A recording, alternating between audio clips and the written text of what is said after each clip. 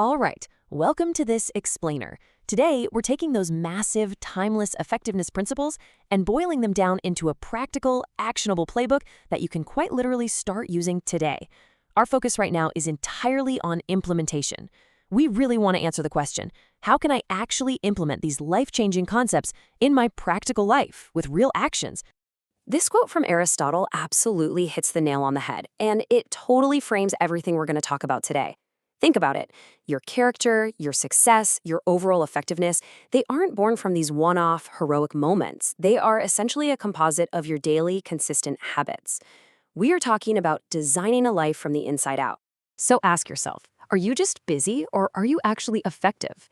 It's incredibly easy to get caught up in what I like to call the modern activity trap.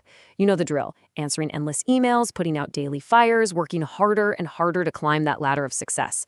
But man, what happens if you get all the way to the top and realize that ladder was leaning against the wrong wall the entire time? It is entirely possible to be extremely busy without actually being effective. So here is our game plan for today. We've got 5 actionable steps. 1. The effectiveness paradigm. 2. Aligning your daily tasks. 3. The empathetic listening habit. 4. Your daily renewal routine. And 5.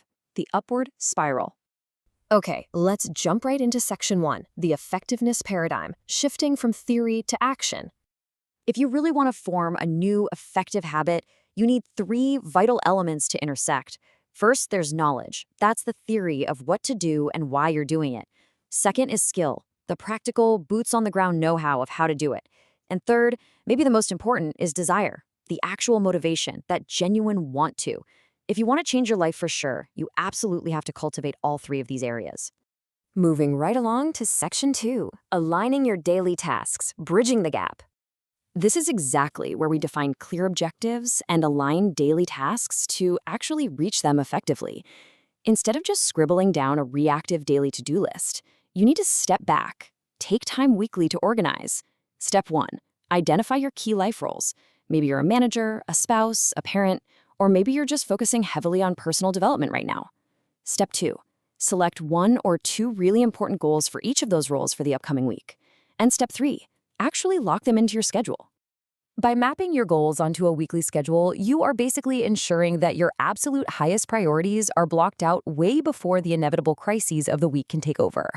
Notice how zooming out and organizing on a weekly basis gives you so much more balance and context than just daily planning. You're no longer just prioritizing what happens to be on your schedule. You are actively scheduling your priorities. Big difference.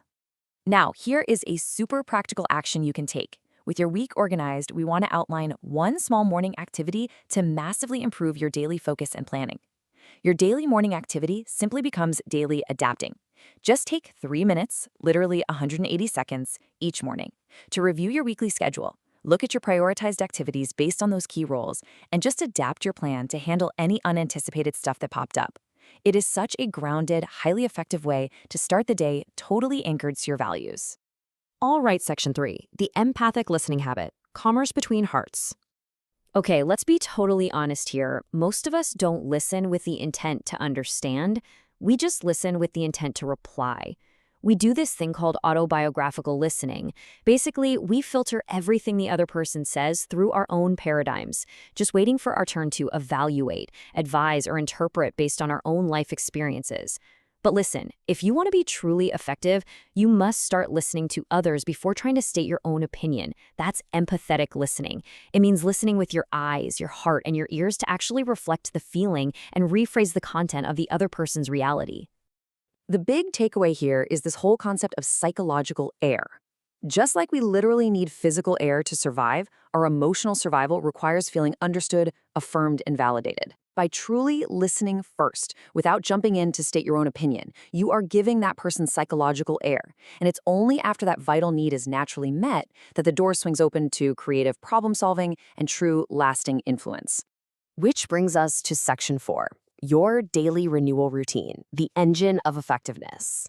This is all about dedicating time for a balanced renewal across 4 distinct dimensions of your nature: physical, mental, spiritual, and social or emotional.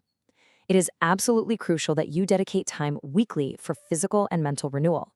If you neglect even one of these areas, it drags the rest down. But on the flip side, improving one creates this beautiful synergy that boosts your capacity in all the others. Let's make this highly actionable right now. Here are 3 specific, simple daily routines that support this core principle of self-renewal. We call this the daily private victory. Carve out just 1 hour a day for these 3 things. First, the physical. Spend 30 minutes doing some kind of aerobic exercise for endurance.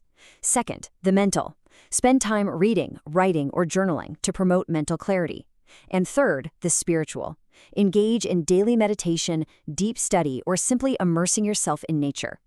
Getting this 1 hour a day locked in will profoundly impact the effectiveness of every single other hour in your day. And that leads right into section 5, the upward spiral, continuous improvement. When you actually apply these habits, this balanced renewal process drives what we call an upward spiral. It's constantly expanding your capacity. But to keep that momentum going, we have to recognize that this is an ongoing journey. We have to continuously learn, then commit to those principles, and then actually do the work on an increasingly higher plane. You can't just read about it, you actually have to do it. So as we wrap up this explainer, I've got a final thought for you to chew on. Take a hard look at your upcoming week right now. Think about those physical, mental, spiritual, or social dimensions we just broke down. What is one specific, highly important renewal activity that you will commit to scheduling for this Sunday? Go ahead, write it down, lock it in your calendar, and take that absolute first step toward a truly effective life.